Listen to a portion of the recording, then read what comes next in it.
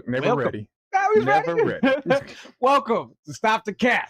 Stop the cat. There you go. We got another edition of the show for y'all here tonight. This is Stop the Cap. We are the fellas, and this is the platform where we're going to talk about the hottest internet claims around. We got a pretty juicy one tonight lined up. Y'all may have seen it.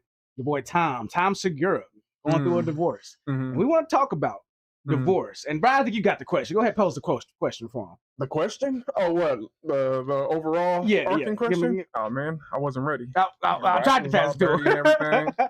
Well, we got that. We'll give it to you. And we, Mhm. like we do, we like to have a good time and we talk about these topics in full. Hmm. And we do it around this our own very own card game called Stop the Cap. That's going to keep us in line, keep the conversation moving forward. It's going to deal out some punishments. It's going to keep the laughs rolling. It's going to be a good time. It's gonna keep them petty. Please, if you haven't already, hit that like, hit that share, jump in them comments, say hello. We're on 805 Stop the Cap all over social media. So you can type that in anywhere and find us. And yeah, we're going to hit y'all over the head with these facts, these takes, this evidence, and see if this divorce claim holds up. And before we even get started, y'all, if y'all are married, hey, let us know in the chat. Just drop like an M or M's in the chat. M in the chat if you're married. Or if W. you're not, A W say for the nah. win. is it a win? No, I'm just playing. We're going to find out. We're gonna find out But tonight. yeah, let us know if y'all married though. We want to Later. see who we talking to. Single and bitter over there. For sure. I don't want to keep y'all waiting. Let's hop right into it. Do we break? We're on break right now, or just hop right to it? Let's break it. Let's break it. Let's man. break it. When we break it, we'll come back. Oh, Look, give me a second, oh, man. oh, This ain't easy. oh. This ain't easy. Jeez.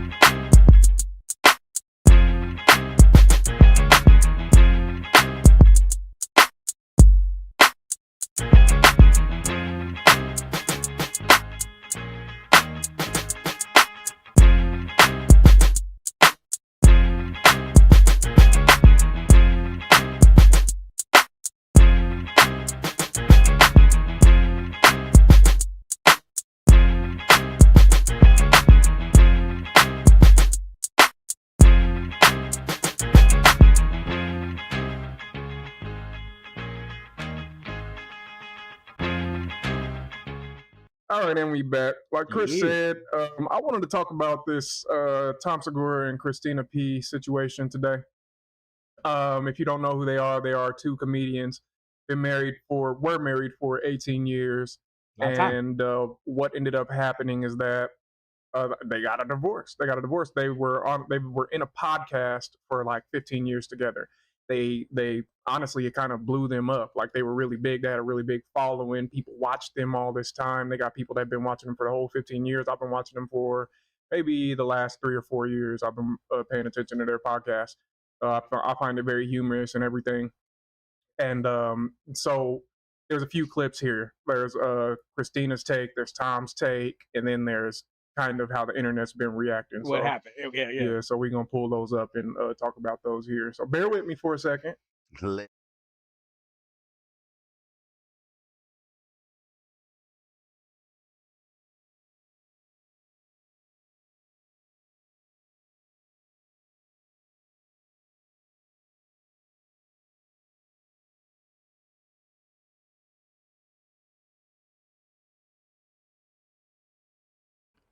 We have tried to work it out for several years for the sake of our children and our family, and we gave it all we could, but we just couldn't work things out.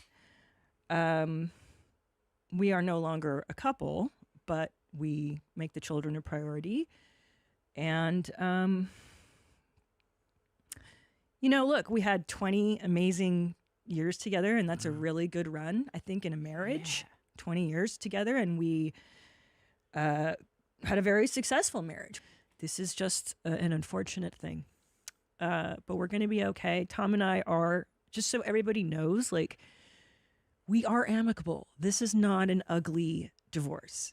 Like, we're cool, dude. It's been 20 fucking years, and we met in our 20s. Like, we met as kids. So, people changes. It's just one of those things. And I just also want to say to people who are, because I haven't really looked at social media, but from what I've understood, some people are taking teams like Team Christina or Team Tom. Please don't do that. There's no need to do it, number one, because Tom and I do not hate each other. We have a family. And you don't need to take teams. I don't mean to think that I'm all peace and love. I wasn't at the beginning. I was very angry and very upset. And then, but as a child of divorce and as, I didn't want to be my mother who was like, your father is this and that. The father is a piece of shit. And I'm like, why? My kids are half of Tom. Right. So if I'm crapping on Tom, I'm shitting on who half of they are. That's right. And if there's anybody, like, I know it's hard, but it's worth it because you're sparing your children the misery of your suffering. Yeah.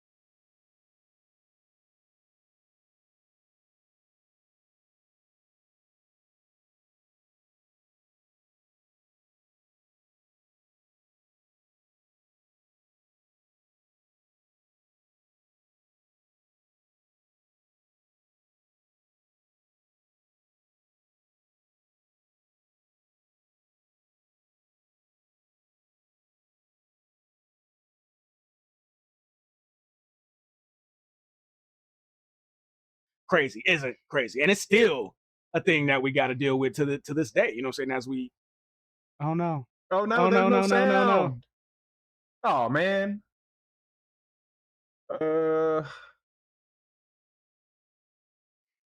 Yeah.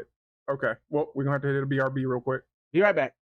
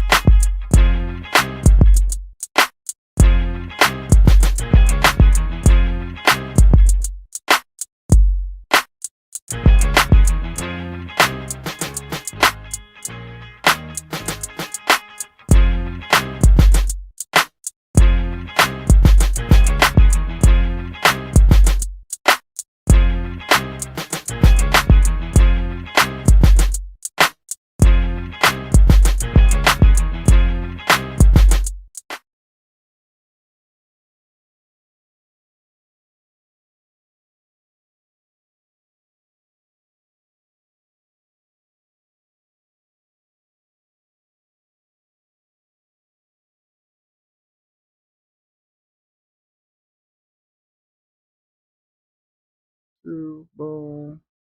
And then okay.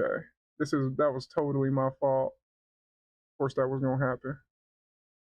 All right. You did say there was gonna be one more thing. Oh my God, there's always something, y'all. Every time we make a change, there's some shit that has to be changed. If you can hear me, please let me know. Otherwise, put some ears in the chat. Yeah, ears in the chat. Yeah, ears in the chat if you can hear. Does anybody? Please. I think none of that was even recorded on recording, so the video was recorded. I guess we can just maybe we can rehash our takes after we watch Tom or something. Yeah. All right. Well, let us know if we'll proceed. Yeah, let us know.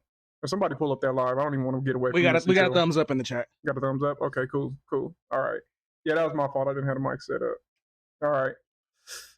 Okay, so y'all got you guys basically. You know, let's give them a quick rehash. Basically, we was just trying to speak on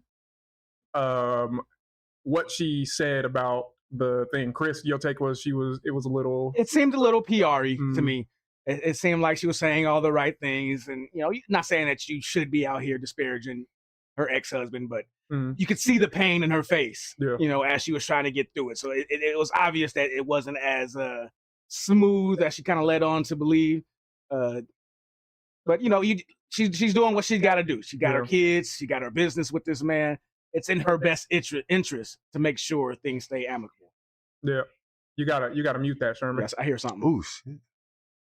This dude, is that me? Yeah, that's you. There's somebody. It might have been me. Whoever got video. No, my earbud is on. Yeah, it was me. I stopped. Okay, all right. Jesus. Okay. Sherman, what about you? Do you remember what you said about that tape or about that video? I said that sometimes people just grow apart. They it doesn't necessarily mean the marriage wasn't good or wasn't happy up until I think is what you said. then.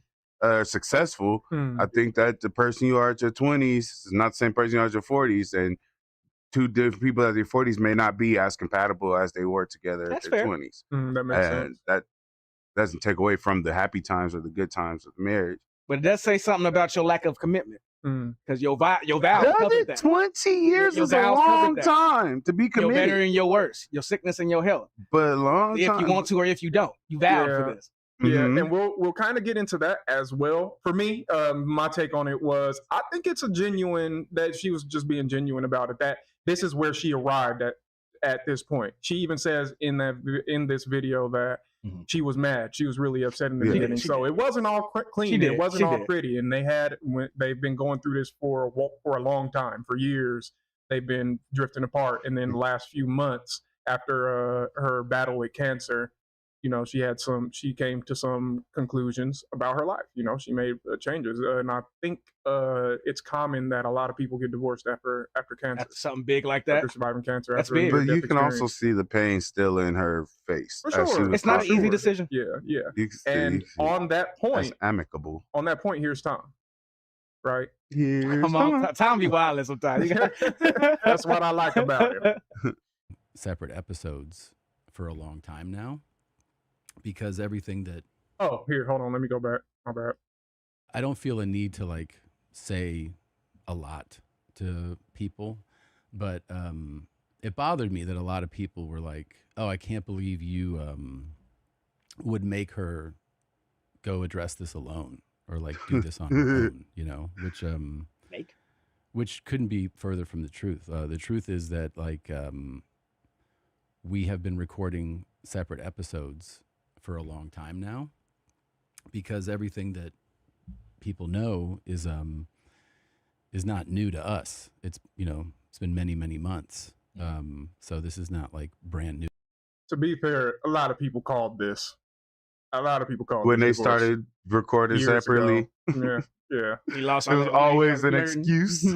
New to us. It's new, I guess. Wait, you guys didn't just decide that day to get a divorce and tell the world? It wasn't that day. Yeah, it wasn't that day. That's the whole time I'm thinking, man, this happened today. This just happened. It's a big life decision like that. I'm like, take it to the internet. Yeah.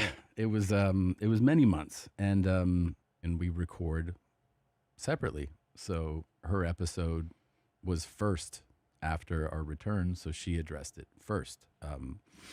It was never like, hey, you go handle this. You know, it was just kind of the timing of how that worked. And we both decided to record separately. That's just what we're doing. It's been It's a horrible experience. So I just wanted to let people know it's privately, it's horrible. It's a long experience. It's emotionally a roller coaster. Your emotions change often many times in a day. If anyone's ever been through it or knows anyone, it's like, you don't feel the same all the time. And it's really tough on you. That's in marriage. Like personally, it's really tough. Having it be public is, it's awful. We're not combative. Like we talk every day. Wow. Just so people know that like, this is like, I support Christina in everything she does. She supports me. And our focus, as you would imagine, is just on our children. Mm-hmm. And, you know, we're just trying to provide the best life we can for them. And we're trying to take care of them. And I personally, you know, you're not going to see me doing interviews or podcasts or press about this. This for me is like, again, this is me addressing what it is and how it's been. And it's been terrible. And I don't feel like I need to keep talking about this. This is it for me. I'm not going to talk about this. You know, whether some people are okay with, some are not. It is what it is. Like, more than enough. I'm going to just be focused on what I do, and like I said, taking care of the kids. And Christina and I continue to do that, and we talk to each other, and we're fine with how things are moving along, as disappointing as it is. Yeah. So Tom has been, before he addressed this, and I haven't even watched because this dropped today. Oh, Tom has been dragged through the fucking mud. People had axe to grind with him for losing weight, for getting his shit together, for being more successful. Like people What's fucking, the man supposed to do? I don't know. People fucking hated it. And me, Is it because she was sick? No, people were mad at Tom way before. Before that. Okay. No, yeah, it was something. They felt like he wasn't as funny as Fat Tom. They felt like he was getting a little more like cocky, big headed, or a little more disconnected from his audience. So at least some of the comments I was seeing. Yeah, the crazy thing is this dude like fucked his body up, and he had to get right. No. You have to give him context. That video made how him this nigga fuck his body up? Tell him, Brian. Tell them how this nigga fucked his body up. Do me a favor, and y'all keep talking, and I'm gonna look for that right now. Yeah, that just video keep made talking. I'm gonna look for it right now. Okay, I'm gonna look for it right now. If we just break it down, what Tom just said, that felt so much more honest to me. Just if we compare their two reactions of it, it felt like it just felt like he was letting them know that this shit sucks. I'm not liking where it's at, but I'm doing what I gotta do to be better. You know, and I think that felt right. He's like, I'm not gonna talk about this. This is my personal life, but you know, I do. You know, we still got love for each other. We still doing what we gotta do for the children. But it sucks. I could buy that because I think that's honest. Oh, here we go, Lord. All right. So this is what happened to Tom, and I.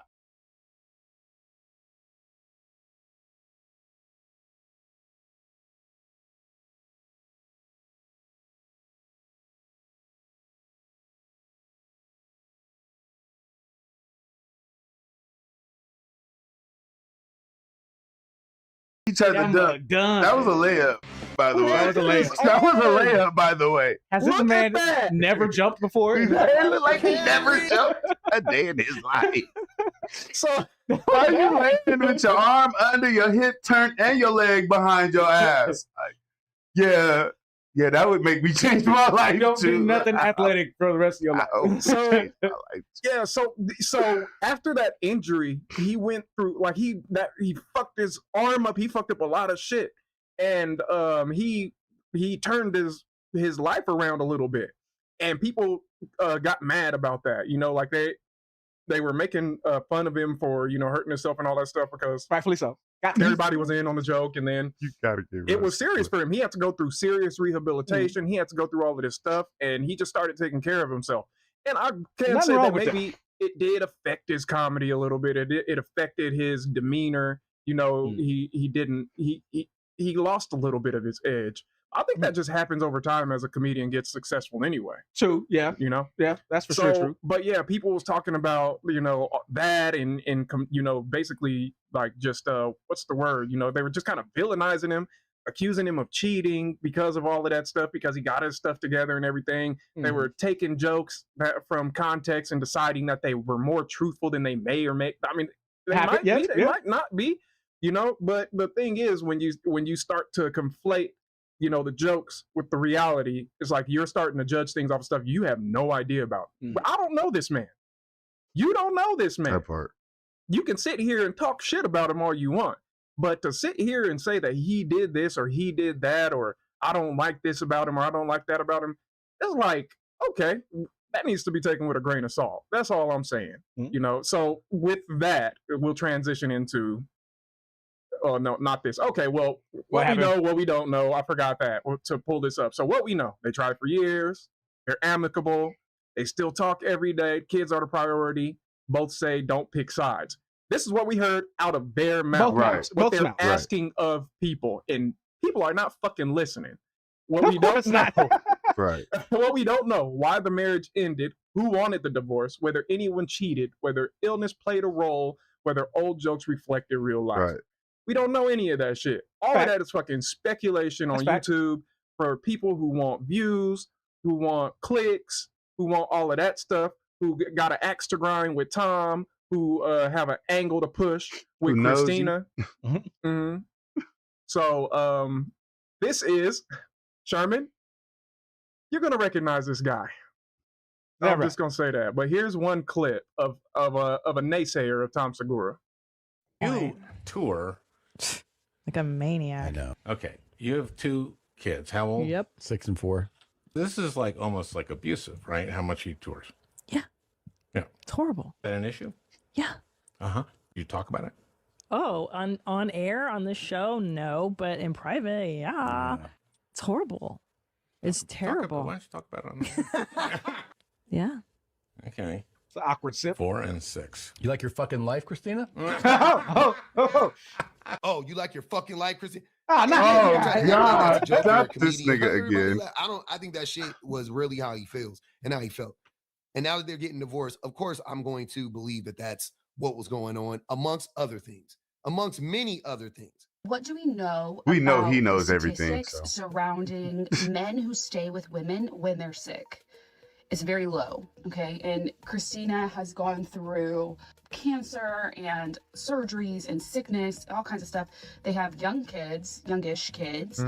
Tom has been on a health journey. He's gotten fit and he has gotten a little big for his britches, is the phrasing that my grandparents would say in the South, you know? And Christina, you know, again, I'm not necessarily her biggest fan. I don't think you have to be, but I do think if you look through this through a societal lens, I think is very often that when men get sick, women stay. When women get sick, men leave and or men cheat. They're just human at the end of the day. And if you give humans fame, stardom, money, access, a lot of humans act differently. A lot of humans act worse. And some humans act better. Some humans grow. As much as we try to villainize women, even the celebrity women, they don't cheat. Nigga, I know you lying. You shitting the fuck out of me. You can't tell me he ain't milking a certain audience. My nigga. You can't. You can't tell Panderman, Panderman, pandering like nobody can. Because Jesus Christ, what the fuck was that? Was that his whole point? Are you serious? Yeah, this dude definitely has an angle, right? For sure. We've had an encounter with this dude where we was just doing a regular ass reaction, and this guy, I guess he assumed that every talking point we had was red pill, and we were looking like, why the fuck is he saying red pill talking points? And it turns out it's because he's what, blue pill, probably? Is that the, yeah, I guess we're going opposite. I guess. I think, well, yeah, I mean, he would, he saw us as the opposite, yeah. Or whatever, but yeah, this guy obviously has some kind of Caters audience to that women. he's pandering to. On everything he does. Where he's trying to Derek Jackson their ass. Huh? He's trying to Derek Jackson their ass. What is that? What you mean? He was an influencer, just told women everything they wanted to I hear. remember now. Yeah, you remember we reacted to him a few times in the past. Did that awkward video with his wife sitting next to him. Yeah, dude was cheating on his wife. Dude was cheating on his wife. Can I address one thing though? Go ahead, I got some points. Their whole basis is weird. First of all, didn't Tom stay with her while she was sick? My bad. Sorry, they didn't break up. You say that point, though? They said that point? Didn't Tom stay with her while she was sick? Yeah, but they didn't divorce her after she. From what I was on the men, it was better as well, right? But people are saying that he did that for optics, basically. But he did stay. Even with if it her. was for optics, he stayed. They're making the point that men leave when women get sick, as if that's an example of that. Yeah, I think that's the coding, right? That's the talking points. And I think. Go ahead. Sorry. Well, since you're about to talk, Chris, do you think that maybe Christina probably initiated this after her cancer scare? Probably she was the one that just was like, you know what? This just ain't working out. Yeah. Like, we've been trying for so long. I only have so much life left to live. And this, like, we should just call it good. And, and probably in the beginning, she was not really that calm when she said it. There was probably a lot of fuck you or something going on. But it sounded to me like she was like, you know what? I've had enough. And that's fair. That's totally and completely fair. What's not fair is coming on here, taking a joke out of context and saying, I don't think that he was as joking. The crowd. Yeah. As the audience, right? As the audience taking it and just claiming that it wasn't true.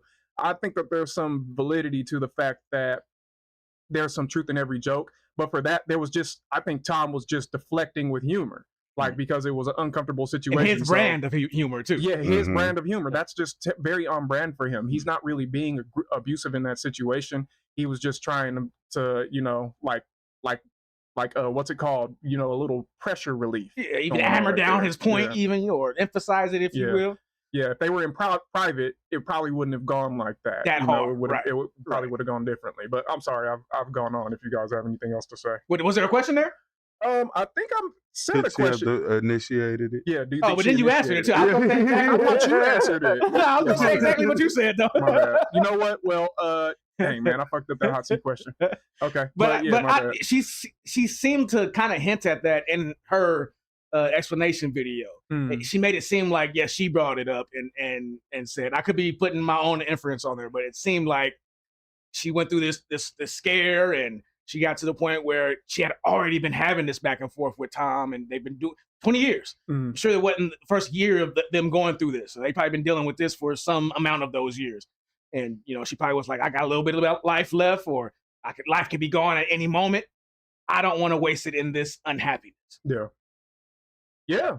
That can be concluded from her stance too. But I think a little bit of also what's going on here is while all this is going on simultaneously, you have Tom, who also is, for lack of better words, glowing up in a sense. So people from the outside are seeing, she went through this, but this man is out here living his best life. So it must be his fault because he's trying to a little bit of that, move on because now he's skinny and now he don't even care about for his britches and all this stuff. So it must be Tom's fault that this is happening, or he must be the one that's initiating, because from the outside it looks like this nigga has turned over a new leaf and was like, I'm too good for my old past. For my old life. Okay. Hot seat for you, Sherman. As the crowd, the audience, the fans, maybe probably even a better one for Brian, but don't you pick sides when your friends divorce or they break up after long-term relationships? You kind of have to pick a side, don't you? And to Brian's point, he's been the fan longer. So let me switch my hot seat question to you. Is it wrong for them to want to go with the party they felt was wrong, or the one that they're more fans of, and ride with their narrative? Is that wrong for you to rock out with your I think if you're just a fan, you need to know your role and shut your mouth. Like, you don't get to have a say. And as far as if in a personal sense, if these two people are both very good friends of yours, then picking sides would be a little immature, right?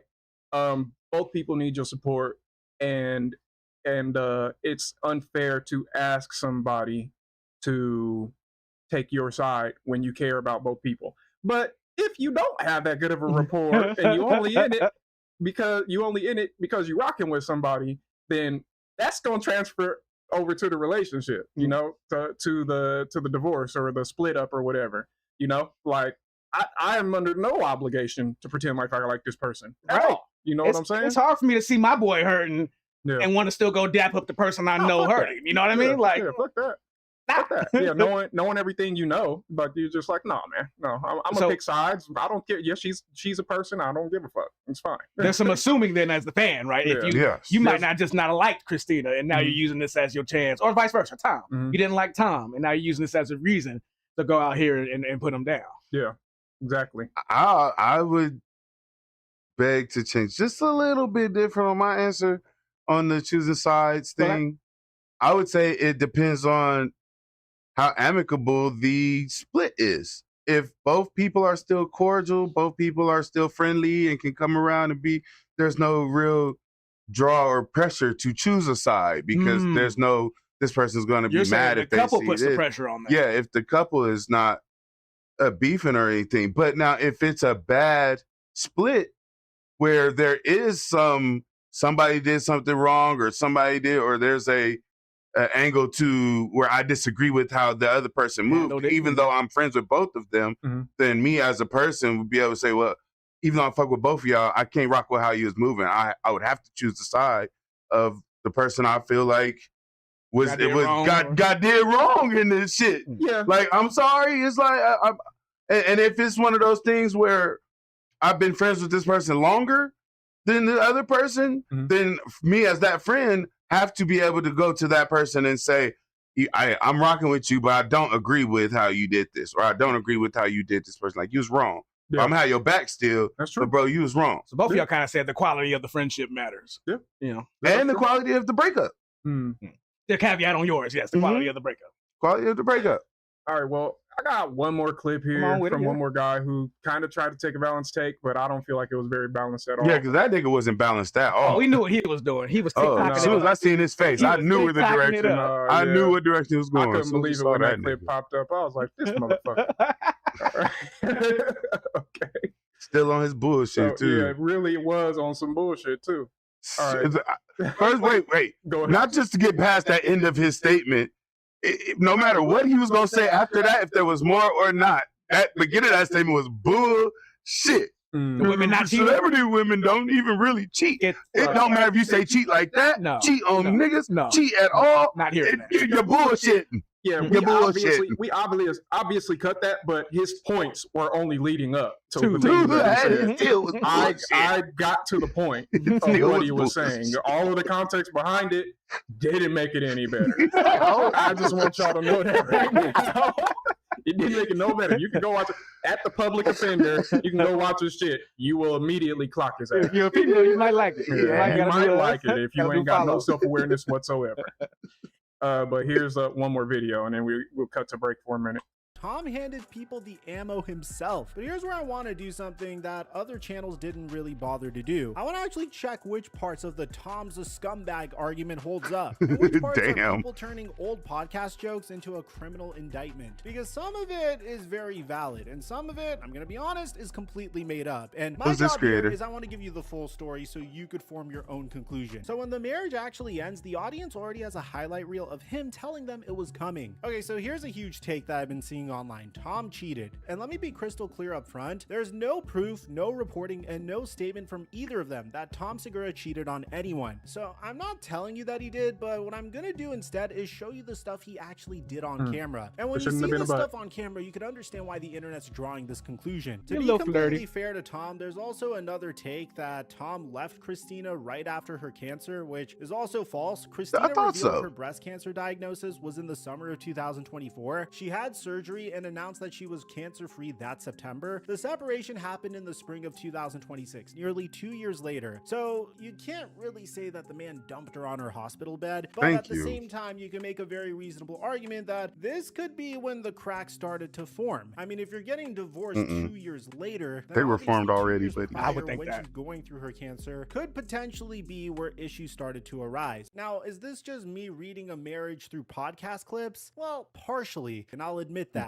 Two people who work together every single day are going to have some bad chemistry episodes. But the audience isn't wrong that something shifted. They watched it happen one Tuesday upload at a time. So here's my take. Everyone is saying Tom is a villain who abandoned his cancer surviving wife, and that's the story that's getting millions of views, but I think that's a little exaggerated. And the cheating story that everyone's certain about doesn't have enough proof behind it for me to be convinced. I think it's very easy to feel this way about Tom Segura when you watch his descent into the man that he is now, and that's my take on why this divorce happened. Tom Segura got so rich and shredded and Hollywood brain that he slowly turned into a guy who valued the show over his marriage. He flexed on his own broke fans, and he treated his wife on mic like an obstacle. And this is just the latest step in his descent into becoming the new version of himself, and that's not a good thing. I heard a lot of that criticism too. Yeah.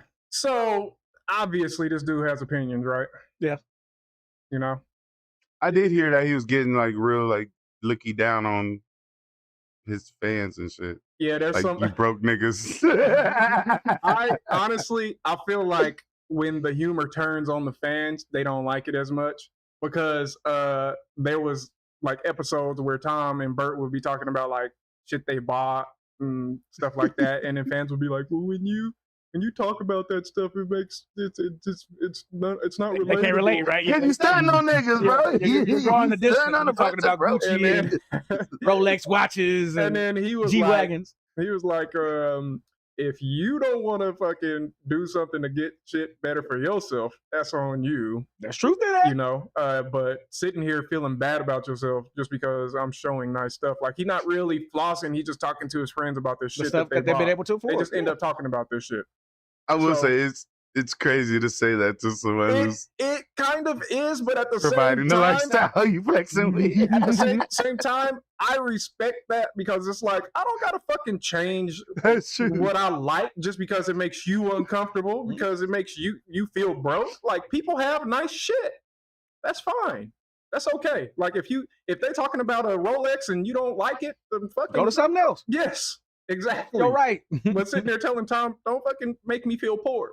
Like you're gonna change his takes all of us. Oh man, I'm making Mike feel poor. Let me change what I'm talking about. Like, he's nah, not it ain't an about asshole. Yeah, he's not an asshole for that. My bad though. But I think his character is asshole though. Yeah. So everything he does comes off asshole. Yeah. You can be an asshole and a good person, and you can be nice and be a terrible person. Yes. Yeah. You know what? A lot of people are speculating a lot more information than either one of them have given out. Because what you don't hear is either one of them saying it was such and such fault. Tom decided to end it. Christine decided to end it, or Tom cheated, Christine cheated, all of that shit.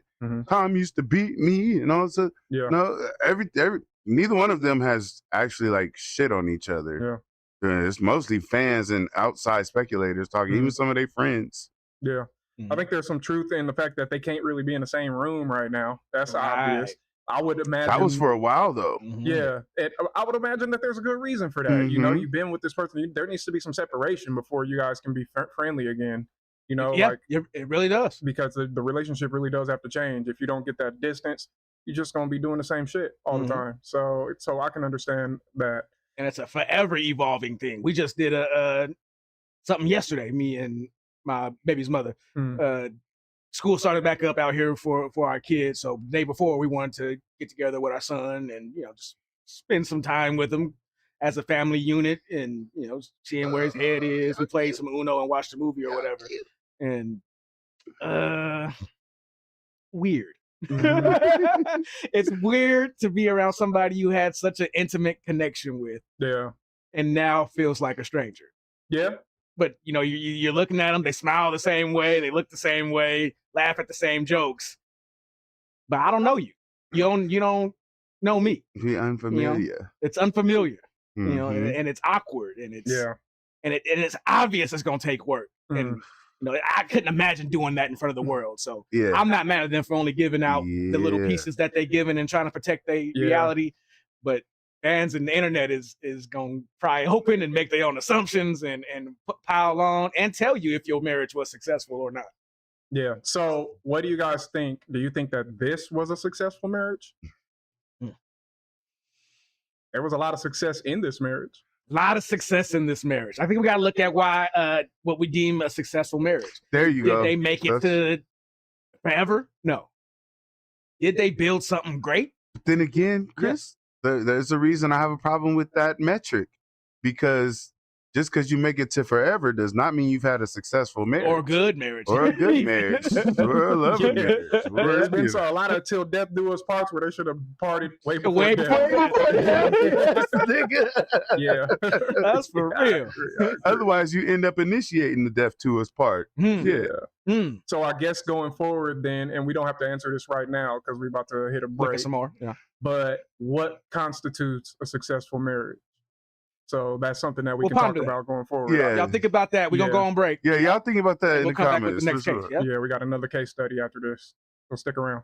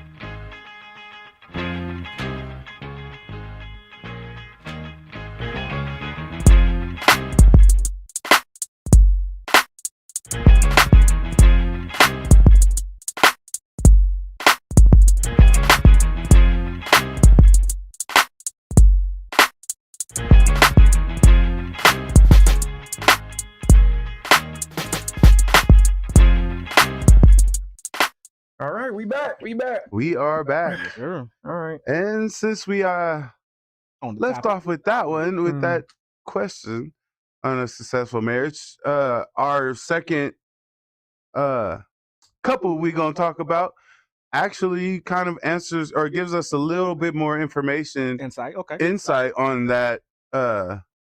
What you can measure. What? Oh, I'm sorry. Was I supposed to pull it up right there? No. That question through y'all. Yeah. Where are y'all? Okay. Yeah.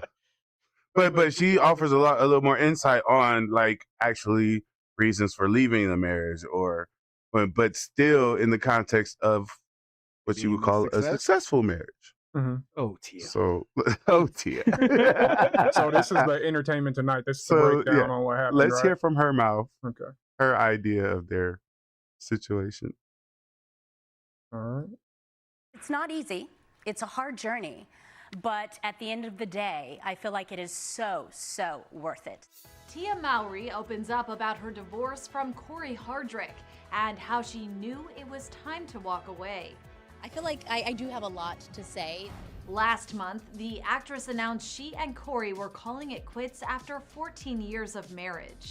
Writing on Instagram, quote, "These decisions are never easy and not without sadness." Adding that they will maintain a friendship as they co-parent the 2 children they share, 11-year-old son Cree and 4-year-old daughter Cairo. Family is so important to me. And on Tuesday, Tia revealed when she knew her marriage was over during a stop by the Today Show. I knew when I really started to focus on my happiness. I feel like women, we tend to focus on everybody else's happiness, making sure that everybody else is okay. Meaning, you know, our children, our friends.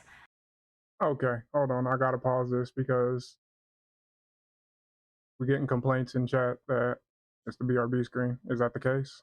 Not from what I see. Are you on Instagram or YouTube? YouTube. It's us. And Tia talking. Yeah. Okay. All right. I don't know what's going on. I'm gonna rewind it a little bit.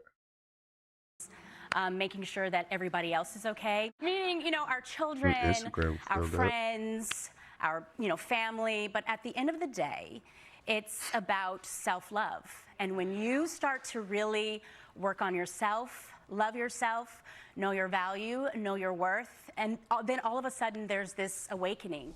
Tia adds she was feeling sadness, and the death of 2 family members prompted her to look inward. There was just an aha moment in me where I said, you know what? You need to tap in, see what's really going on with your happiness. Life is short. Let's go. Let's start working on you and really focusing on what really, really matters here, which is, at the end of the day, your peace, your joy, and your happiness. E.T. was with Tia think that would happen in the marriage, she shared right? the news of her split from Corey. I have to be honest with you, so overwhelmed by all of the support and the love that I have received over the past week or 2. And I'm just so grateful of the community and just the fans that I have and the women. You know, I'm all about inspiring and encouraging. And I mean, the DMs that I have gotten from so many women that are going through the same thing and just saying how they admire my courage and my strength. It has just been, courage and I feel strength. so blessed. And Tia has that same positive outlook, reflecting on the end of her marriage. My marriage was a success. I was able to create with Corey some beautiful, amazing children. So what's next for Tia? Here's what she told E.T. What does this next chapter of life look like for you? Authenticity. I think authenticity, it's very magical. When you are living in your truth and your honesty, I feel like amazing, wonderful things happen. I mean, there's so many great things that are happening in my life, and I just feel so grateful and blessed. I mean, just disgusting. So, but as you can see, for her, a big metric of her marriage being a success was them having their children together and raising them and all of that. But only that.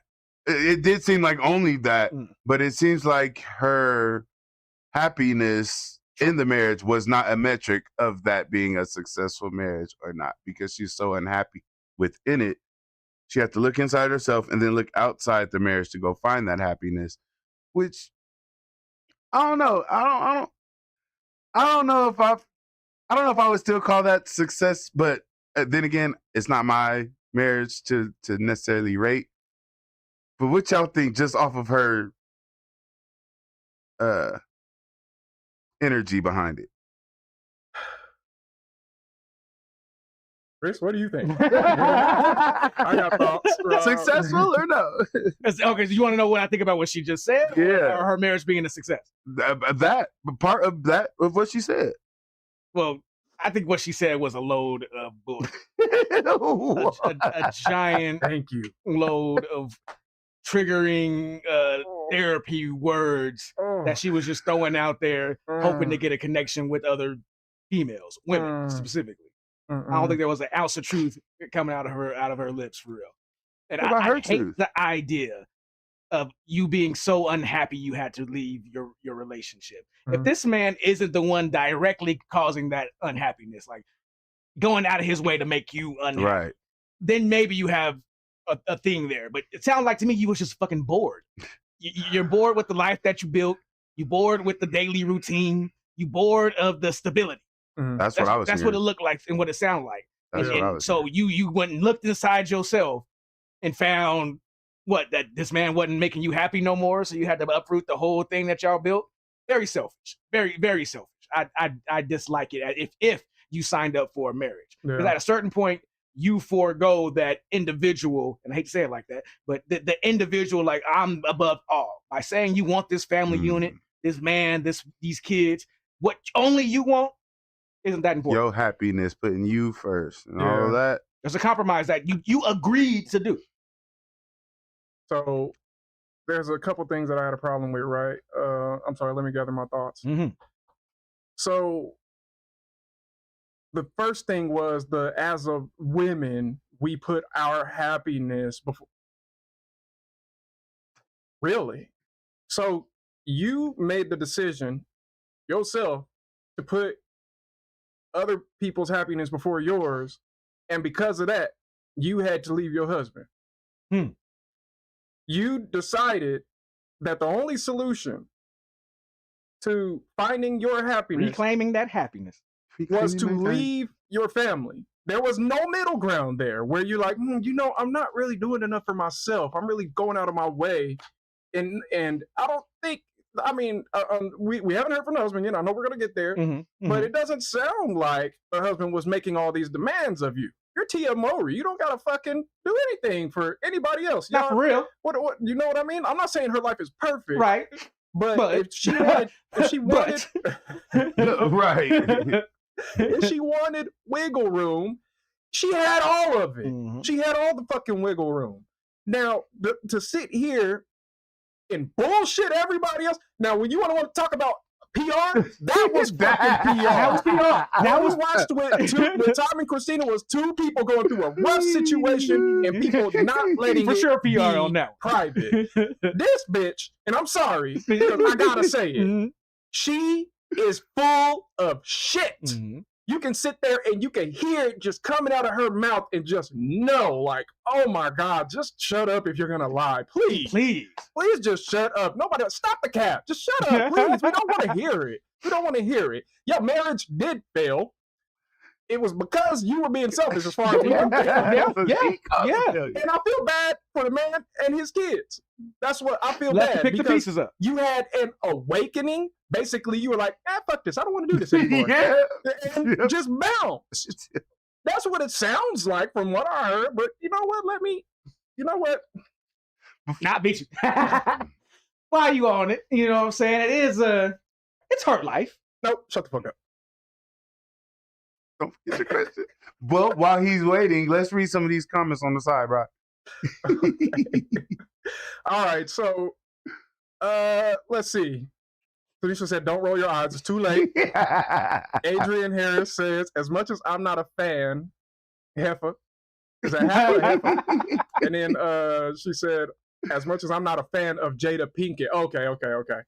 Not Heifer. As much as I'm not a fan of Jada Pinkett said, we can't expect your spouse to make you happy. You have to do that.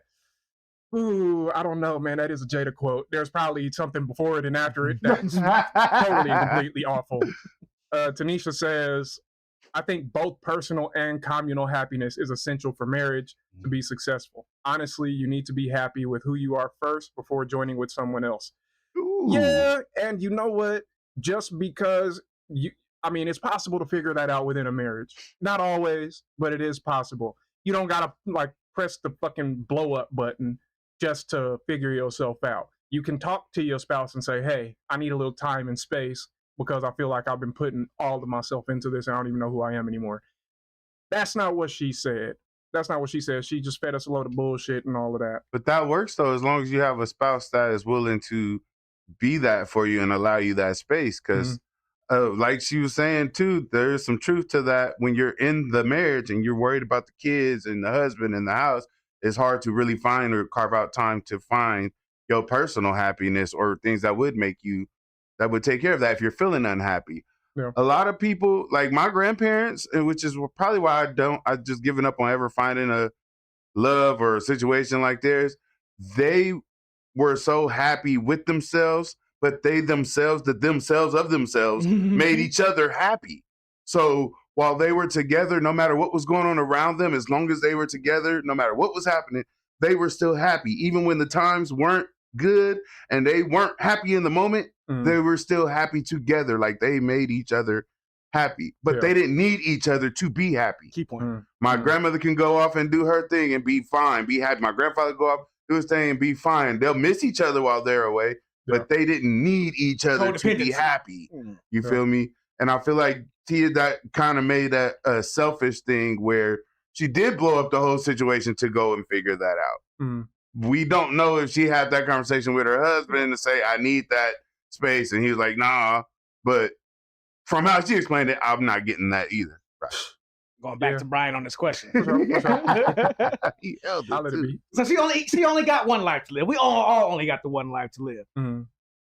What's wrong with doing what you want to do? You've entangled yourself with another person for 14 years. You had 2 kids. You can't just use the frame of reference, me, myself, and I. Like, you just can't do that. What about your kids? Like I maybe all of this happened. Maybe we don't really know what happened. All we heard was all of that shit that came out of her mouth. The bullshit. You know what I'm saying? And you could just, the alarm was going off. It was going off. Whatever it really was, maybe there's some element of truth to that.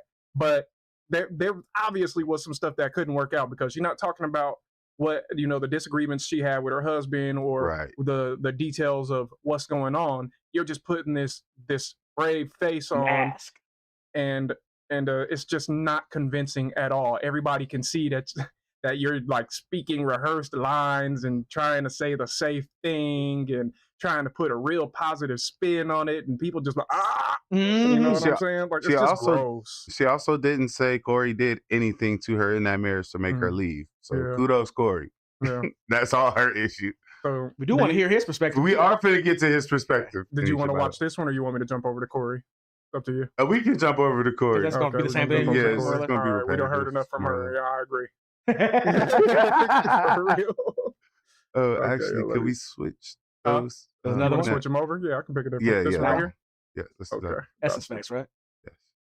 Because, it's tough when it feels like you're going through something alone and no one understands and, no one's there for you. And it's just like, when you're a man, especially a black man, they're like, oh, he's tough.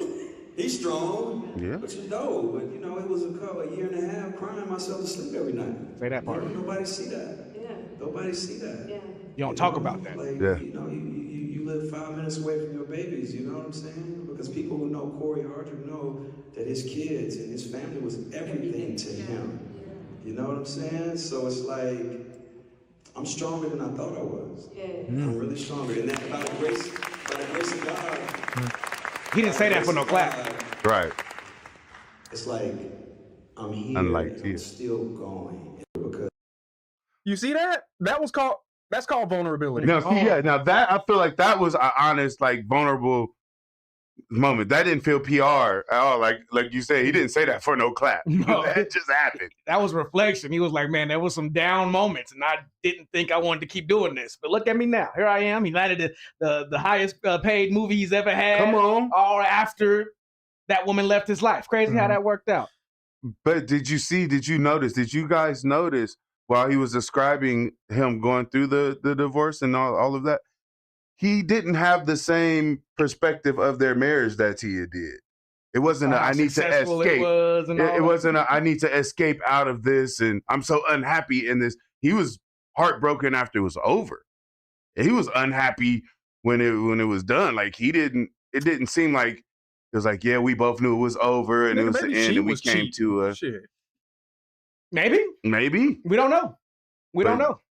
But I think just from those mentalities, you can tell who had the willingness and who didn't. Yes. Right? Like, I think that's the pain that the man feels, and I'm speaking from experience, when you feel like, man, we can fix whatever this is. There's no real issue other than we got to work it out. And the other one's like, nah, my happiness is at stake. Like, I don't see how I can go on with life, basically, if I stay with you. And it's like, oh, well, shit, we weren't doing what we thought we were doing. Oh, were we?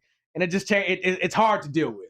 So I commend him being able to get up there and talk about the dark times, because that's not easy, man.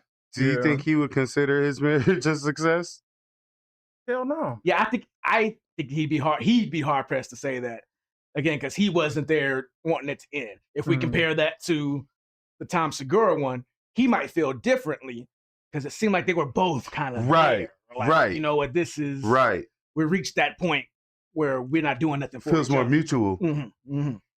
So, Brian, I got a capsize question for you. Okay.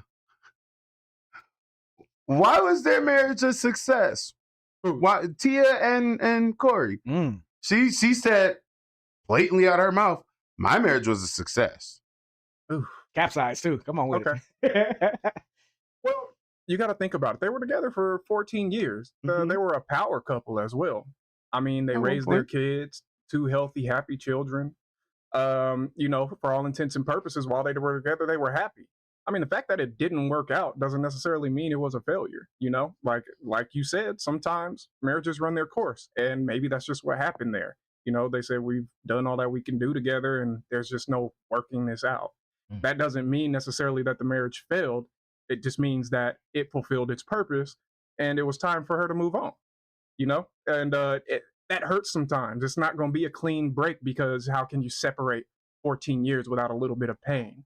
But at the same time, there was also growth and understanding there. There was something for both of them to understand and learn about themselves, even from the divorce itself. The divorce itself could even be perceived as a success that comes after that marriage. He spun that one, did he? Boy. Okay. I got a follow-up question then I'll go here to Sherman. Are we looking at marriage wrong? Do we need to redefine what marriage is? Because we hear the vows, for better or for worse, richer or for poor, till death do us part. You know, that's a lifetime worth. But what I'm hearing tonight is that marriage doesn't necessarily have to be lifetime. Maybe there's something else that marriage is. Do we need to change our perception of marriage? Yes. We absolutely need to change our perspective of marriage, because what the institution of marriage was either built from or started from, or the principles not, we have moved so far beyond that, even from it being a business proposal or one of the oldest institutions, literally. So I think that's why we end up in a position of so many divorces, because a lot of marriages end in divorce. And part of why I think that is because we have the wrong idea of what marriage is supposed to be. We're taught at a young age, we're supposed to get married at a young age and grow old with our person, live forever, and be with them through thick and thin and up and down. Fence, a dog. Yeah. But there's so much other nuances that go into partner selection, compatibility, like where you are in your attraction, life. even if, because you can have the greatest person in front of you, and if you're not attracted to them, tough. It'll be hard to stay in a marriage. It won't work. Be real. It won't. It won't. It won't. And I think people do lose attraction for people over time. Yeah, not just attraction, just connection in general. Like, we not even making this work. The two people might be attracted to each other and still it don't work out. Have barriers, right? We got to do the kids. We got work. Go ahead. Oh, no, I'm sorry. I just want to bring this up while Sherman's making this point. We haven't pulled up a lot of graphics, but divorce, according to according to statistics, divorce has gone down a lot since its peak in the 80s. So it needs a rebrand. It needs a rebrand, but because I think that it's because people are much more discriminating about marriage in the first place. I think that people are much more educated about marriage in the first place. It's not. People aren't rushing to the aisles as fast as they used to. And shouldn't. I mean, hell, a lot of people can't afford to think about marriage today. Shit. But how do y'all feel about the attraction thing, though? Say, give it to us again. So, like, I'm just thinking right now with the whole Tom and Christine thing, because I heard Bert and them talking about, Bert is Tom's friend, talking about their situation, and they were talking about how Christine fell in love with the fat dude, like, and he was no longer fat. And it seemed like, could that like be like a no longer like her type? Like a no longer my type. Like, I'm no longer attracted to that, and we can't act like it's not an actual part of the relationship, especially for men. I think it's probably a bigger thing for men. Not saying women don't care about attraction, but I think they can get more. You can still feel that if you can have the emotion come out from them, just not off your looks, right? Men are very visual. We want to see something that look good, so you can fall out of attraction for sure. Is that good enough reason for a marriage to end? What I will say is, it's tough. As far as the Tom thing, the fat thing is more connected to his values change. Like, he had a major life event happen too. He had a life event that happened that probably was clashing with Christina, and then Christina goes through and has this major cancer scare, and they are now two completely different people from when they started in the marriage, right?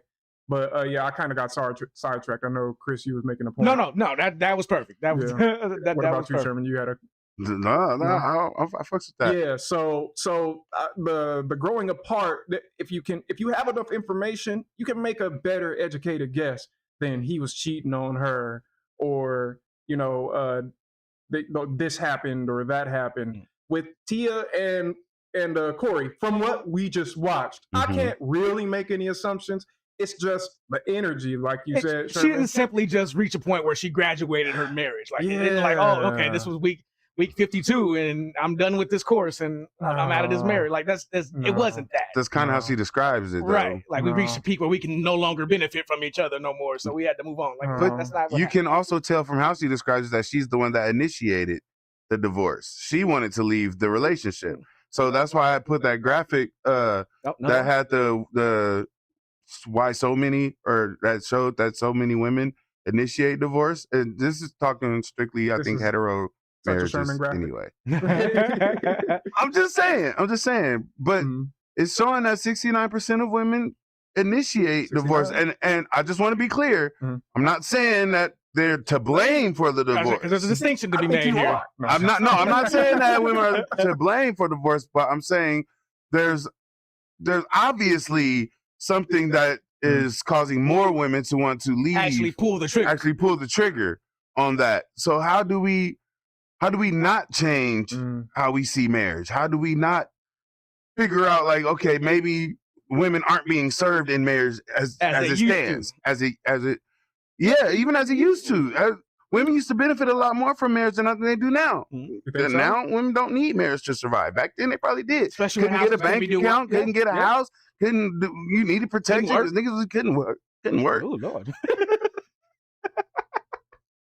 But now they don't need marriage like that to survive. So now I think that's why it shifted more to the love and attraction, and if we're compatible type of deal. And that stuff is fleeting. Yeah, it is very I was about to say, the eliminating the need, you're not eliminating every need, if you're a heterosexual, even if you're not. Like, companionability isn't about what you can get from the other person. It's not. That's not really how it works. So if you start going into the mindset of I'm unhappy, and you think that detaching from the person that you decided to be with for the rest of your life, you immediately go to that, you're not really exploring all the options. Now, I don't know what that says about 69% of the women in these marriages deciding to pull the trigger. There's all kinds of reasons that you can do it. But with the two examples we have, like hearing what Christina had to say and hearing what Tia had to say, one was obviously way more relatable, and one was like, what the fuck are you talking about? You know what I'm saying? So the fact that you can have so many women, like how many of those women in the 69% are Tia? How many of the women in the 69% are Christina? Right. And then everything we're not talking about men, because it seems like a lot of times, unless the man did something terrible like cheat on his woman, like a lot of times the men are usually left with a broken heart, wondering what the fuck they did wrong, what the fuck happened, and how did we get here? And then having to pick up the pieces by themselves while the woman, it looks like to them, walks away, tra-la-la-la-la, you know, and they just look like they're searching for happiness. And that's not really how it works. That's not really how it works. Do you guys think that men are more conditioned to stick when we're not happy in a marriage? I think I've got touched on that point a couple of times. I think men have the ability to operate in that kind of misery, out of duty, out of obligation, out of I signed up to protect and lead this household, regardless of the good and bad. You know, I've made that decision, and I'm willing to see that through, as long as she's willing to. As long as she's willing to. So there's really no room for men to even think about or consider their happiness once that. I think that's why you do see men just going and cheating or spending time sleeping in the car instead of, you know, trying to figure it out. Like I can make it work if I can find my outlets. If I can just get my piece over here or over there, I can make it work. And is that the healthy way to go about it? I can't say that's true, because you're causing a lot of harm to this other person, right? If you're not being upfront about what you're going through instead of just trying to make it work and banging your head against this wall out of routine. True. Yeah. Okay, Brian, what benefits what's the selling point to women then for marriage? Why should women want to be married then these days? You can capsize that one. Why should women want to be married? For who? For you. You know what? Don't you dare. That's a second capsize third on me, but okay, fine. Why should women want to be married? Yeah, what's the benefit? Like for the same reason that anybody should want to be married, right? You found at this point, there are two reasons, and we brought them up, right? There's the original side for marriage is that there are benefits to it, that with two people, that there might be a mutual benefit, like even material, you know, like let's join our assets together and let's make this work. But if you hate each other, that's not going to be the greatest partnership, right? You want to have somebody that you love as well. So I think that you should get married if you found somebody that you feel that way about. And you have to really think about this. Am I going to be able to handle this for the rest of my life? Yes. I think a lot of people jump into relationships not even thinking about that down the line, not even thinking about, okay, am I going to be able to rock this out? Am I going to be able to push through thick and thin? Me and my wife have had moments that so many people would have left each other over. We really have. We've had so many of those moments. Okay, vulnerable. But well, it's true. Like relationships will. I've been with her for 18 years, longer than that. Yeah. And you these things happen. But the thing is, can you work through it? Can you be the willingness? Can you be willing? Can you set aside your pride and your happiness and see if you can make it work? See if your priorities and the other person's priorities can actually line up. Right. We both have to make decisions. Okay. Do I want to change, or am I going to be stubborn about this? Do I want to act like how I feel is more important than keeping this union together? The actual success of the marriage. Yeah. Come on. So for me, get this married man. For me, success is we just in this together. It is what it is. And since I have that long-term framing, that means that I have to make it work. And the same thing for my wife. She has that long-term framing, so we have to make it work. We can have those ugly moments and we can move past them and recognize that's just what they were. Ugly moments. Those moments happen, but life continues. Eyes on the goal. Life continues. And as long as we're not making each other unhappy, like actively making each other unhappy. I was going to say the same word. That's an active thing you have to do to make somebody. You go out of your way to try to really make somebody unhappy. I don't think that's something that's just happening accidentally or by the cologne I'm wearing, or you know what I mean? Like you're actually trying to do something to piss this person off to make their life hard. If your husband or significant other ain't doing that, that whole happiness thing, that's here, that's internal. And whoever you get with is gonna have to deal with an unhappy you. Yeah.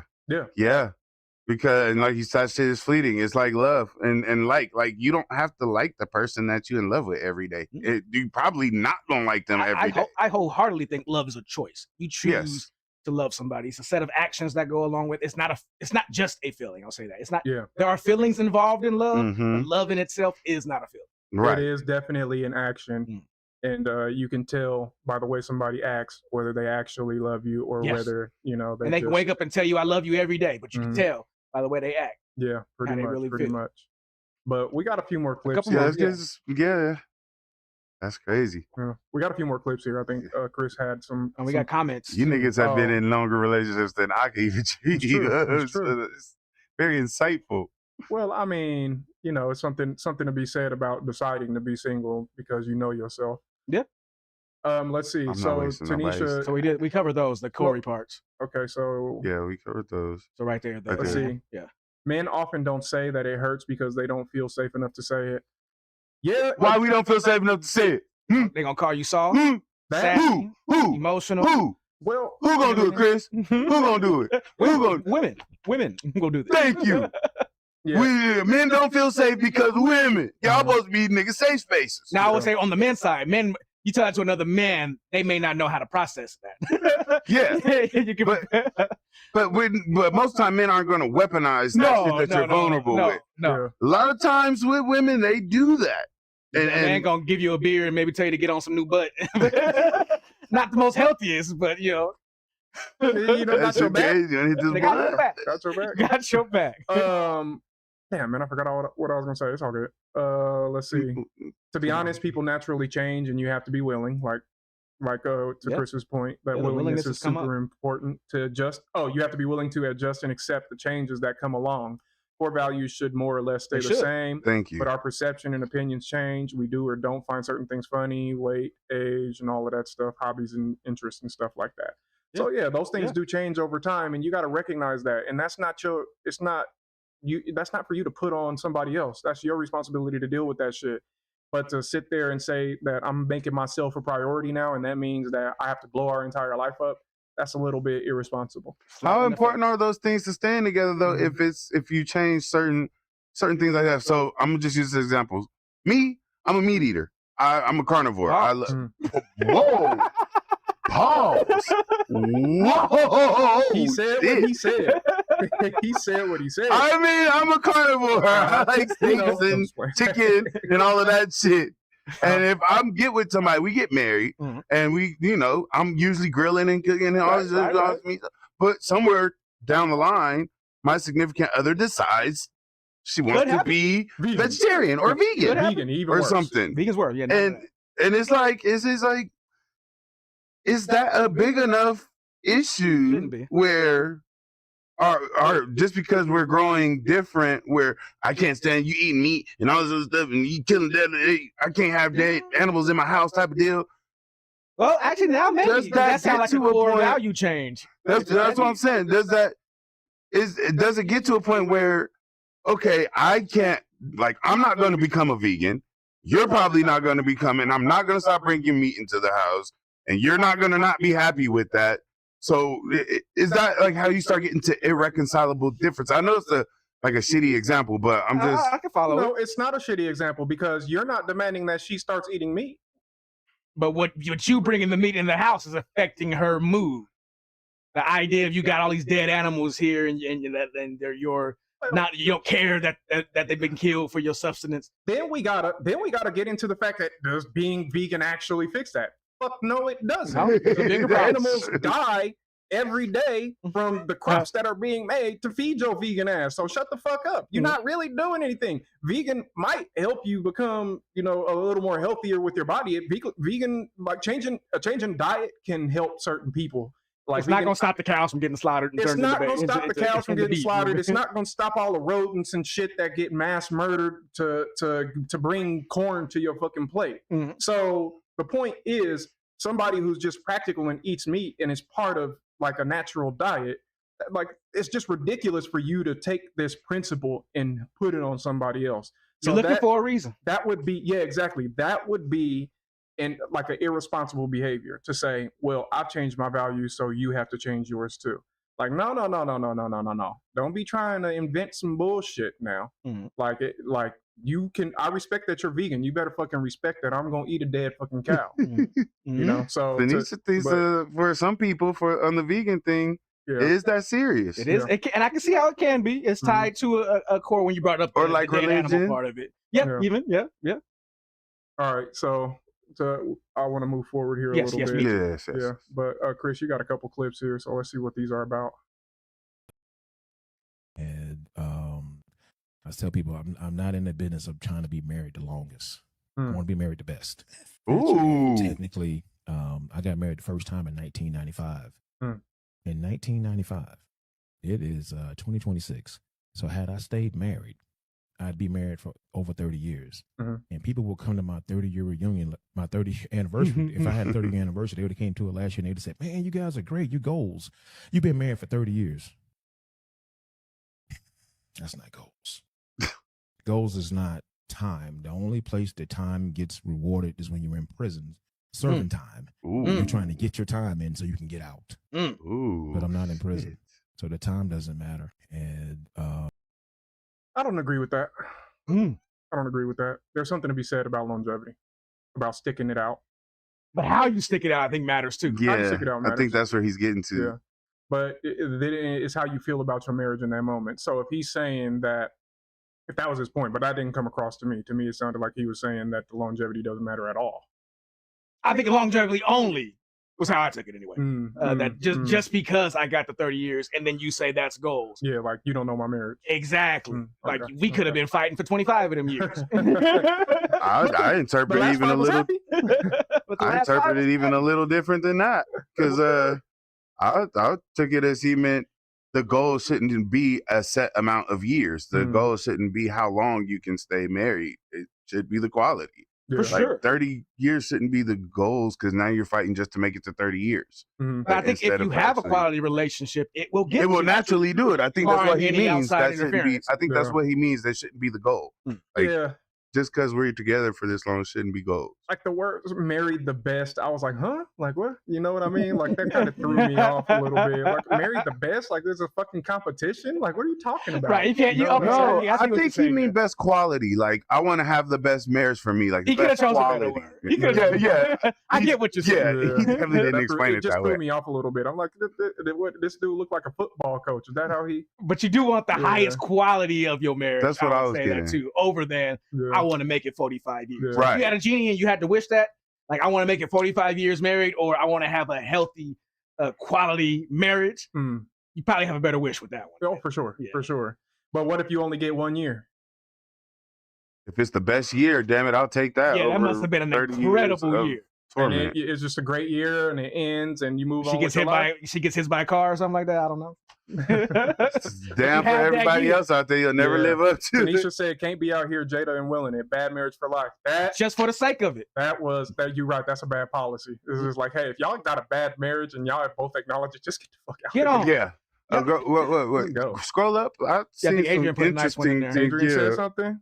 Oh man. Okay, let's see. Adrian said that's a difficult part of marriage. You have to marry the new person each time they change, and sometimes that new person is not someone you want to be with. Maybe. Yeah. That's fair. That's very fair. It's fair. Because you didn't.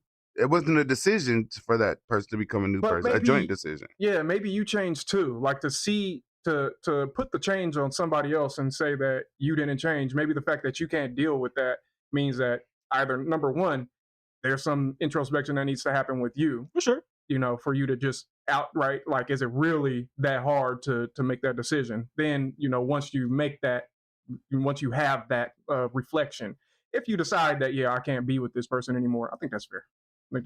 But to your point, takes that reflection. It takes that reflection. If it's just an initial, like, oh, I don't like the way to do He that. I gotta get changed. out of here. He changed or she changed. I'm fucking done with them. Yeah, But after you realize that person has become somebody that you're just not interested in being with, It's like, do you stick it out hoping they change again? Because you just said you're gonna change, right? Yeah, I feel like it's too flimsy to say not interested in being with. I think it has to be a little bit more than that. Like not interested. It just to me sounds like it's just like you have to get to a point where you're like, I really cannot be with this person. That would be anymore. better. Like not interested, like implies that there's like you just are making you're making a what's the word? Like you're tolerating this thing. Like you're just going along with it while it's here. There's something better you could be doing. Yeah. Like That's what it's it more gives than off. that. This is an entire human being that you're dismissing. At one point, you said you loved and was down with forever. That should matter at the time of your wanting to leave too. Is that unrealistic though? When we make those vows, I know they're super optimistic and ambitious. To death do you part is already ambitious, but is that a thing? Is that unrealistic to say I'm gonna stand here and promise that I'm going to accept every piece of thing about you, whether it changes or remains the same? And if you turn to a different person, I'm still gonna stick to this commitment. It's just because you're not making that commitment to the new person that they turned into. Right. Yeah. I think it's unrealistic for some people and very realistic for others. That's just how it is, as human. Now find your person. I've always had the thought that if I were to get married, I would write my own vows. I would not do the cookie cutter vows. I'd want to be able to tell my person what I'm promising them directly. And that they're signing up for that too, like I wouldn't want to get to the altar. Before, I wouldn't want somebody just to read me the cookie cutter things and I sign to it, because I don't know if people really register what they're agreeing to when they're taking that vow in front of everybody they love and everything like that. Like y'all said a whole list of things that y'all just poo-pooed over, but that things that will come play effect in your life for real. Let's see. To address Adrian had one more thing. She says, I think the only thing about that is, how do you know when it's bad and temporary versus bad and permanent? Do you stick it out hoping for temporary for the sake of time? I think it's up to the individual. The individual, yeah. To that you're what if they become a serial killer? Get the fuck out of there. It's over. It's over. But no. I think there's a certain. I did see Who Did I Marry though. That's within great. reason, there's a certain you give a certain amount of grace, and I think that's allowable. And once you say like, okay, I can't do this anymore. That's reasonable. I think that's totally There's a time factor. reasonable. But if you married to fucking Ted Bundy, please. As soon as you see him eating somebody, that's it. It's a wrap. But I think what I'm hearing from Brian is it's owed at least the attempt to see if this is worth sticking out. Yeah. When you make that commitment, don't just immediately turn a switch and say, all right, never again, unless there's some really obvious signs that something is fucking wrong, Yeah, I'm not hearing divorces off the table, right? No. That's not what I'm hearing. No. I think we got some more. Yeah, here we go. Yeah. When you go through a divorce, fam, folks be expecting you to walk around, be sad, be butthurt, be talking about the one you was with and wanting to fight for your family back, and making all of these subliminals on social media. They be wanting all that to go down, you know what I'm saying? And it's like, folks be like, I'm surprised you were so happy, like, for how much that you know what I'm saying, you put into your woman. I know you love your woman, you love your family. I said, yeah, I did everything I could. You feel me? And you can walk away with your head high when you know you love with everything you had. And you can wipe your slate. Of course I've cried about it. You know what I mean? Of course it hurt. Of course it broke my heart. You know what I mean? Nobody builds a family just to see it break apart. Right. But when you know you did everything you could, you just look up and you smile and you go on to the next thing, and God shows you how everything that you poured into a situation, you poured into a person, you poured into a family dynamic, he's going to use all of that energy for something that's even a greater good. You know what I'm saying? So I don't be focused on what I poured in and what I feel like I may have lost. You know what I mean? I invested in something that I believed in, and God honors that, and he still honors that by saying, son, I saw what you did with your family. I saw you lead. I saw you protect. I saw you take care of. I saw you nourish. I saw you raise children. I saw you be consistent in those matters. And I'm going to bless you with whatever it is he blesses you with. And I only focus on the blessings from being who I was in the marriage, and I'm still getting blessings now because of who I was in the marriage. So no, I don't be all sad and butthurt that I'm single and I'm out here by myself, so to speak. Like, I don't. Because when you did everything you could to love a person and it didn't work, you could walk away peacefully and know that, man, what are the lessons I need to learn? Okay, how do I need to level up? How do I need to grow? And you take those lessons and you say, it ain't even about another person. It's about, I'm about to love myself the way I love my family unit. And that's just the place I'm at. And it feels good to love myself. You know what I mean? Like, I feel so happy just being in love with myself. Like, anything else is extra. Because I love myself. And we got to focus on loving ourselves and stop jumping into the next thing. And just love yourself, bro. It's an amazing feeling. Everything I tell you on these apps, I'm speaking from experience, from testimony. You know what I'm saying? I'm not telling you nothing I'm not living. You still talking about it? Yeah, I was like, he going a little longer than I remember. Maybe you need to dig a little deeper. Yeah, he might go a little. He might be a little surface level there. Huh? Oh, wait, he in the car. I think there's something to be said for what he's saying, and even if you don't bring God into it, you can take a terrible, terrible experience and you can grow from it. There's something to be said about that. If you take something and you don't focus on all the bad, and you just try to, move on and accept things, that is the key to a lot of stuff, is acceptance. Once you can accept something, you really can grow from it. So I think that this is what this guy is preaching, is he's saying, hey, man, it happened. You got to accept that this happened, and you got to deal with yourself as you are right now. And once you do that, a lot of good things will come your way. I truly believe that. And he said some things there, too, that resonated with me. And he was saying stuff like, you did everything you could, right? You protected, you led, you showed up, you did the family thing, you did everything that you thought you needed to do in order to have a successful relationship, and it still didn't work. When you come to that realization, you have no other choice but to find the peace. You have no other choice. There's nothing else that you could have twisted. There's no other words you could have said. There's no amount of therapy you could have went to that would have changed this person's mind. Why are you hanging on? Yeah. And you could take all that energy that you've been putting in to try to make this work. And once you funnel that back into you, and you start working on your fitness, you start eating right, you start working on your hobbies, finding your passions, the world opens up. And I think that's kind of what he said. He found the happiness after. Like he didn't have to get triggered inside the relationship or whatever. But once he got put in that place, he found the happiness. I think that's beautiful. Which is slightly different than what Tia was talking about. She went outside her marriage to find her happiness. His marriage ended. Then he found happiness from the sadness of that marriage ending. The process. Yes. There's a very unique difference there. Because he wasn't saying go focus on your own happiness in the midst of your I mean, he kind of sounded a lot like Corey. Like the dude was just like, I went through all of this and I'm stronger than I thought I was. You learn that stuff about yourself. There was one more, unless you don't want to watch They say the same thing more or less, unless you want the female's perspective on it. I mean, they do sound a little different. Okay, let's do it. One more. Just to be fair, this ain't a red pill show. Right? Fair and balanced. All right. How this time last year, I was a saddie. I just asked my husband for a divorce. I was devastated having to make that decision, trying to figure out, how I'm going to save all the money I needed to save and finding a place, how I'm going to do that. But now, a fucking year later, the sun is shining. I'm in my own place. My house smells good as fuck. I just got me some Bath & Body Works inserts. The house smells good. The house is clean. The kid is with her dad. The kid is with her dad. Yeah, there was some detachment there. Right? You wanted a long time, didn't you? Oh. Wait, Brad. One more thing.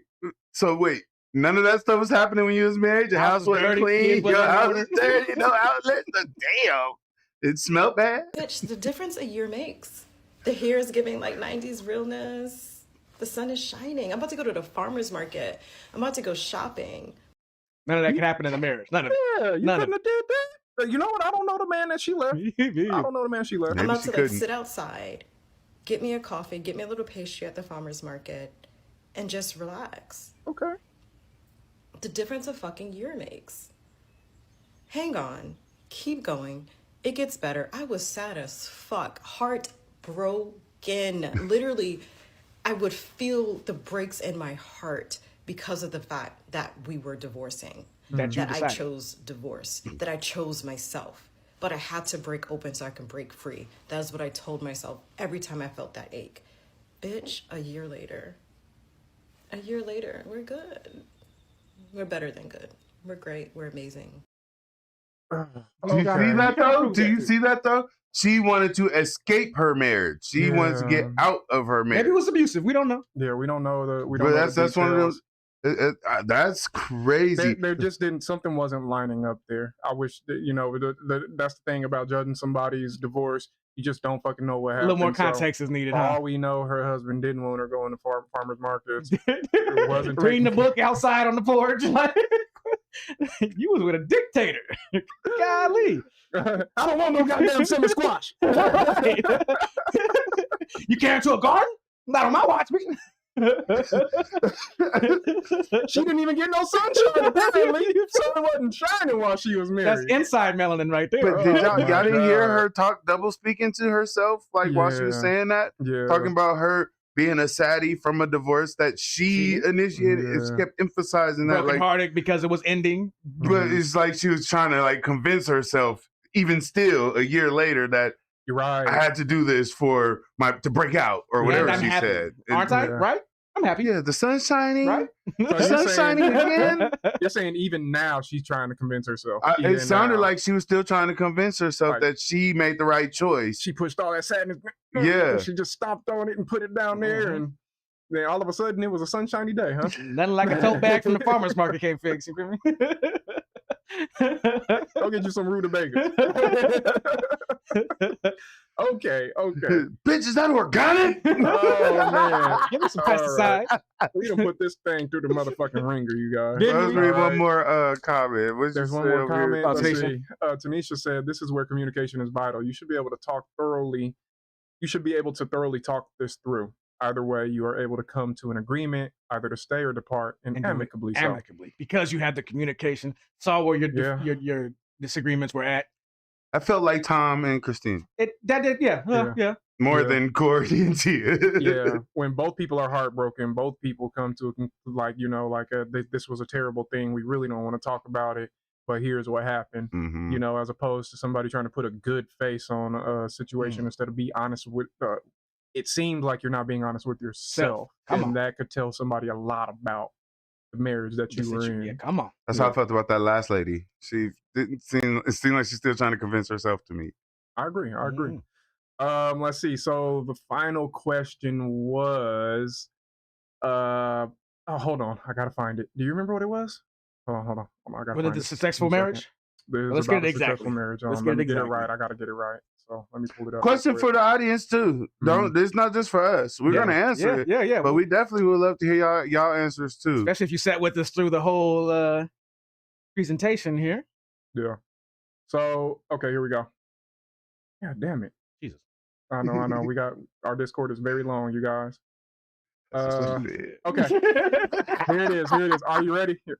So here's the question. If a marriage ends in divorce, somebody failed. Fact or cap? I think after everything we've talked about and everything we've seen, cap. Based on the evidence, I'm gonna say cap. It doesn't necessarily mean that you guys failed. I think Sherman had a very good point at the beginning that some marriages just run their course. Sometimes changes happen. Sometimes changes so big happen to two people that they can't get past it. Or they grow in a way that's just like they don't see it as a failure. They're just like, damn, this just really isn't going to work if we keep going, huh? Yeah. Like, we should probably just make this a better situation for everybody. Yeah. That's possible. And it's also possible that some people just fuck up and fuck each other up and and then both people are failures. You definitely can fail a marriage. Yes. For sure. Without a divorce. You can for sure be failing your partner. But I think just because two people decide that this commitment doesn't work for us anymore does not mean that we are failures, that the relationship failed, that we didn't create positivity with our union. So Yeah, Cap. But Adrian felt differently. Cap. She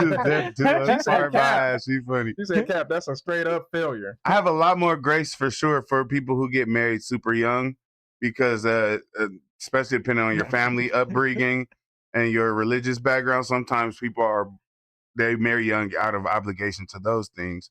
And for them, I give them a little more grace on if they get older and they're like, because they're kids, they don't know who they are yet. And then you get older and you like, I hate this person. Kids and programmed. Yeah. So it's like, so I would give more grace to that as far as being a failure or not being a failure. Like we got married young. We wasn't about love. It wasn't about all this stuff. Like we liked each other, but we did this so we don't go to hell. Yeah. Now I'm Buddhist, so it's like fuck it. I can't. Or even if one person decides they can't give their all anymore, well, that'd be disappointing. But disappointing, but true. But true. It's true. But true. You have to respect that, though, right? Better than trying to force them to give their all. Want to?